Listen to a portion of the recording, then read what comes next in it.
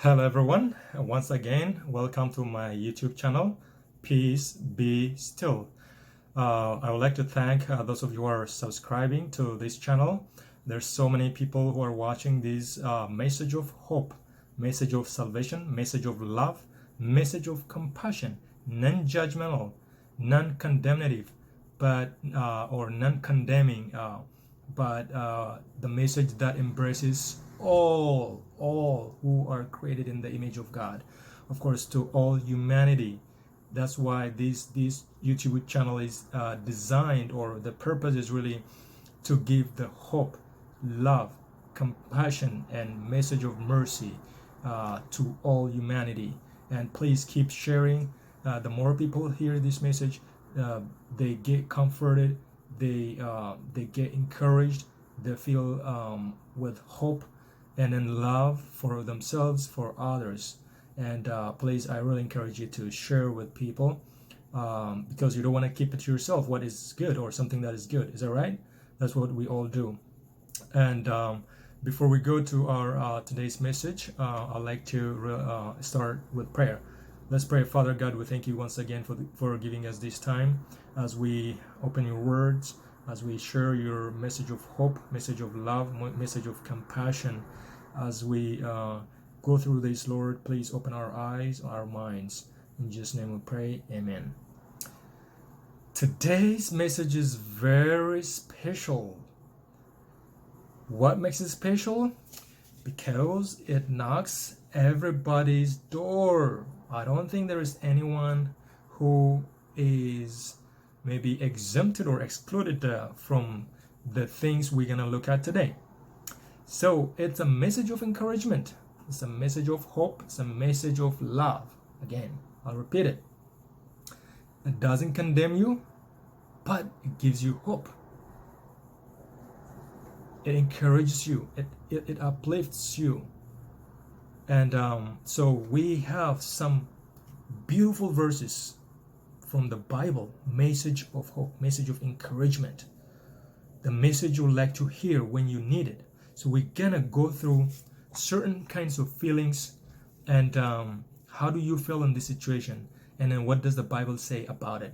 So we're gonna address all types of our feelings, at least some of our feelings. I can't say all, I'll take it back, because I can't mention all the types of feelings we all go through, or you go through. First and foremost, I don't know what you think, what's in your mind, and even my own, I cannot list it down. So some of the common feelings we hear other people say, oh, I feel this, or sometimes we ourselves go through. So nobody's immune to this. Nobody's I don't want you to feel, oh, I'm a sinner, oh, I don't deserve this, or I don't deserve that, or we're all sinners. At the feet of Jesus Christ, we're crying for mercy. We're all sinners. So please open your minds, and I really invite you to open your mind and your heart as you listen to this word, and also still be ready to share with others, because there's so many people who need this message of hope and encouragement. So the first one, okay, what does the Bible say? Okay, heavily burdened with care. Do you feel you're heavily burdened with care, with a lot of care? And do you have a burden in your heart? Oh, I'm so overburdened. I feel burdened. Oh, I cannot carry this. So heavy. Is there anything that makes you feel like that in your life currently? Is there anything? What does the Bible say about it? Let's see what the Bible says. Let's go to Matthew chapter 11, verse 28. Here is how it reads. Come to me, all you who are weary and burdened, and I will give you rest. Take my yoke upon you and learn from me, for I am gentle and humble in heart, and you will find rest for your souls. And verse 30 says, for my yoke is easy and my burden is light. Come to me, all you are what? Heavy burdened. You are weary and burdened. I'll give you rest. Are you looking for rest? Are you overburdened and you want somebody who could roll away your burden, and you're looking for rest? Jesus says, come to me. I will give you rest. Let's go to the second type of feelings. Are you overwhelmed by fear? Sounds familiar? Fear. What does the Bible say about that? Let's go to Isaiah, the book of Isaiah, chapter 41, verse 10. The book of Isaiah, chapter 41, verse 10. Here is how it reads. So do not fear, for I am with you. Do not be dismayed, for I am your God. I'll strengthen you and help you. I'll uphold you with my righteous right hand. Wow, what a hope. Remember, we're reading the Word of God. This Word is eternal. This Word is powerful. It has power if you claim it. I really invite you to claim this Word. So do not fear. When you are overwhelmed with fear, read this biblical verse, Isaiah 41:10. So do not fear, for I am with you. If the Lord is with us, who can be against us? No one. No one. And in the book of Isaiah, I believe 55:17 says or 16 or 17. The weapons that are formed against you shall not prosper. If I am with you, who can be against you? That's another verse in the Bible. So God is saying, for I am with you. Do not fear. Oh, fear. Fear is contagious. Fear is the one enemy everybody faces in their life. I don't think anybody is immune to this, including myself. At times we feel afraid, we fear. But when we claim this Bible, the living Bible, the Word of God, that says, do not fear. God says himself. Okay, let's go to the third kind of feeling. Are you in deep trouble? Oh, I'm in trouble. That's what we say, yeah? Have you done some terrible mistake? Or something wrong? Something you cannot escape? I'm in trouble. Or, oh, what can I do? Oh, what can I do? Are you stressed out? Maybe you couldn't sleep because you're in trouble. Here's the promise. Oh, I love this verse. Psalms 50, verse 15. Psalms 50, verse 15. And call on me in the day of trouble. I will deliver you. Woo! That's powerful. Call me in the day of your trouble, and I will deliver you. Wow, what a promise. Brothers and sisters, I have tasted this promise. There were times when I was in trouble, and I said, Lord, I'm done. Please rescue me. I need you. And God stretched out his hands and pulled me out of my trouble. And I thank God and I praise his name. Taste and see this God. He is really good. He will do what he says. Try. Check him out. All right, check this out. How about this one? The next one. Do you feel that there is no way out? Are you in a situation where you feel that, oh, this is a one-way tunnel. There's no way out. Oh, there's no way out. This is a one-way tunnel. I can't get out of this. I don't know the way out. Nobody can help me. I don't know any solution. There's no way out. Are you in that situation? Or do you know somebody who is in that situation? Believe me, I was in that situation. Or sometimes I go through that situation. But here is the living promise. Read this word and claim it. 1 Corinthians chapter 10, verse 13. 1 Corinthians chapter 10, verse 13 says, no temptation has overtaken you except what is common to mankind, and God is faithful. He will not let you be tempted beyond what you can bear. He will not let you be tempted beyond what you can bear. He knows what you can bear, what you can carry on your shoulder. Whoa, this is so powerful. It doesn't end there. This is the powerful promise. The next one, read it. But when you are tempted, He will also provide a way out so that you can endure it. Woo! You felt there's no way out, is that right? But the Bible says there is a way out. God, what? He also provides a way out so that you can endure it.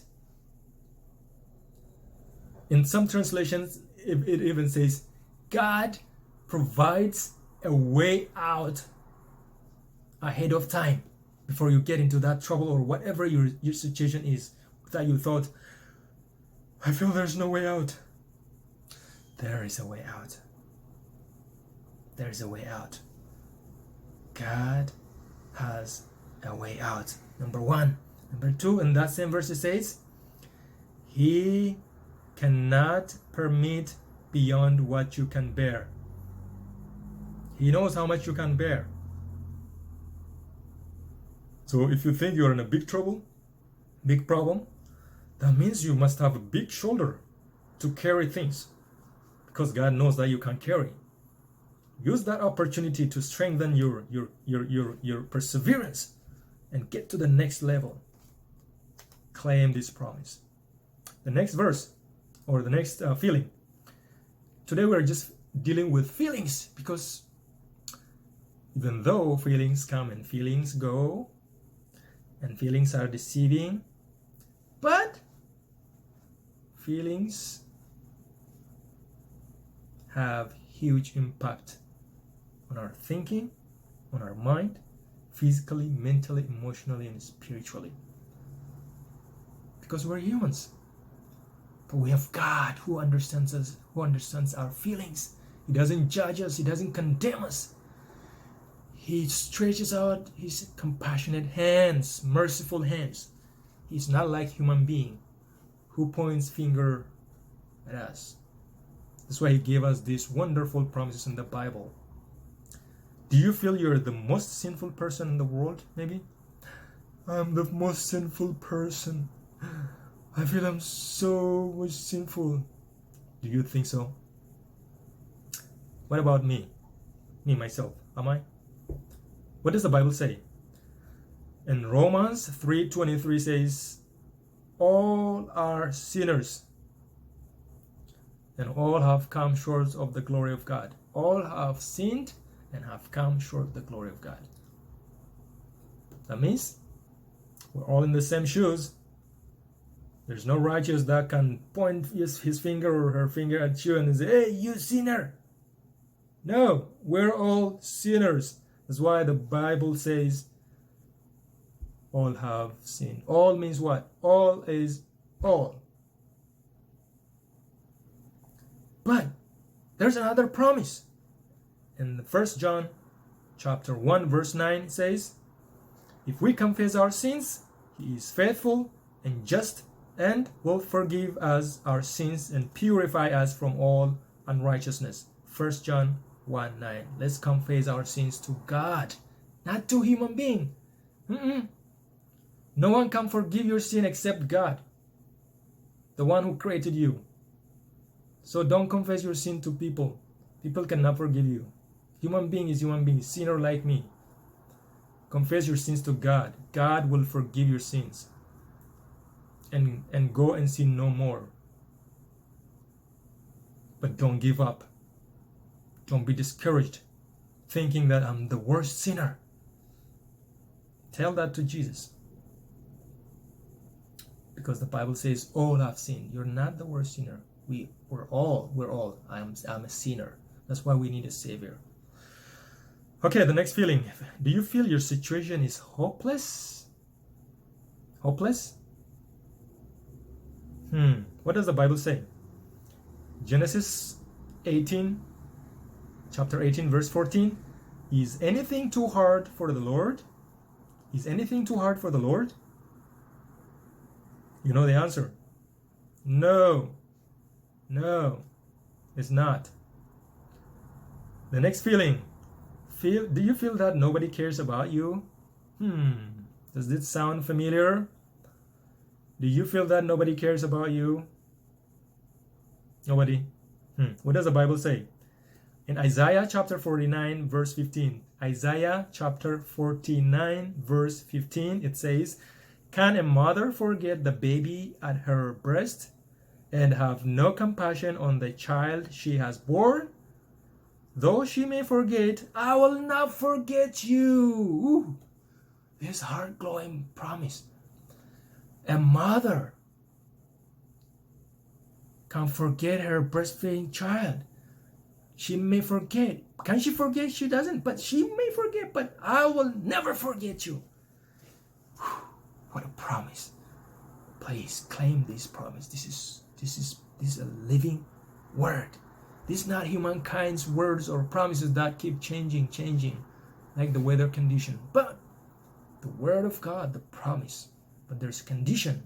Ask and believe. That's the only condition. There is another feelings. You're not sure what the future holds. Are you worried about the future? Not sure what the future holds? Oh, there is another promise in the Bible that can answer that. Jeremiah 29 verse 11. It says, Jeremiah 29 verse 11, "For I know the plans I have for you, declares the Lord, plans to prosper you and not to harm you, plans to give you hope and a future." When your mind tells you something, when Satan, when demons whisper some hopeless messages to you to discourage you, or some trigger some guilt or hopelessness, tell him this promise.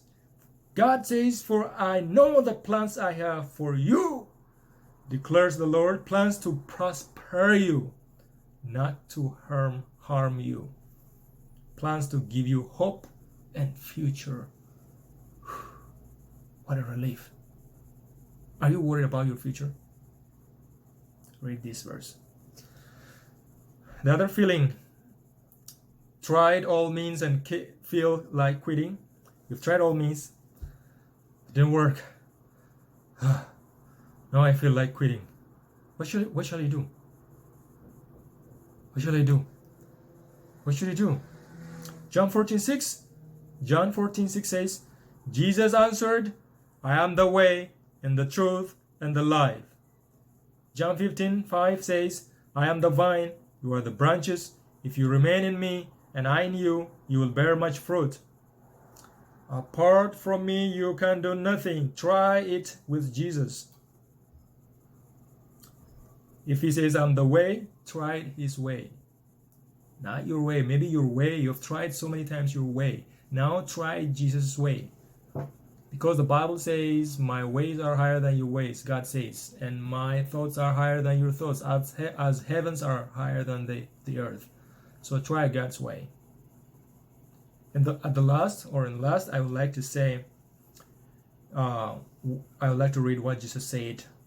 "It is not the healthy who need a doctor, but the sick." Are you sick? I am sick. I am sick because I have sinned. I'm a sinner. I need a Savior. I'm a sinner. I need a doctor. Dr. Jesus, the one who saves. He says, "I came not to call the righteous, but sinners to repentance." Jesus came to this world not for the righteous, but for repentance. That's why those people who thought they're righteous, but hypocrite, they missed him. They missed the purpose. But those who felt they were sinners and needed a Savior, those who felt they were sick and needed a doctor, they came to Jesus and he healed them. All right, guys, let me sing for you one song from hymnal that says, "Power in the blood." Oh, whoa, what a powerful. The enemy, the Satan is shaken. He shakes when he hears this voice, this special song, this particular song, He doesn't like this because there's power in the blood. He doesn't like that. He doesn't like to hear that. Would you be free from your burden of sin? There's power in the blood, power in the blood. Would you over a victory win? There's wonderful power in the blood. There is power, power, wonder-working power in the blood of the Lamb. There is power, power, wonder-working power in the precious blood of the Lamb. Would you be free from your passion and pride? There's power in the blood, power in the blood. Come for a cleansing to Calvary's tide. There's wonderful power in the blood. There is power, power, wonder-working power in the blood of the Lamb. There is power, power, wonder-working power in the blood, in the precious blood of the Lamb. Would you do service for Jesus your King? There's power in the blood, power in the blood. Would you live daily His praises to sing? There's wonderful power in the blood. There is power, power, wonder-working power in the blood of the Lamb. There is power, power, wonder-working power in the precious blood of the Lamb. Father God, we thank you for these wonderful promises. You have answers already in your living word, the Bible, the Holy Bible, the living word, already to answer each kinds of our feelings. Father, we thank you for your loving care, the God who understands our feelings, the God who doesn't judge us, the God who doesn't condemn us, but He who understands our feelings, He who goes through each and every feelings we go through. We thank you, Lord. You are our Father, loving Father, compassionate Father, kind Father. You are our hope, our future, our solution, our way out, our everything, our assurance. May your name be glorified and bless those people who hear this message.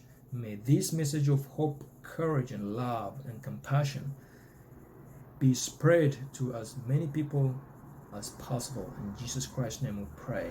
Amen. God bless everyone. Please keep sharing this wonderful message. Thank you.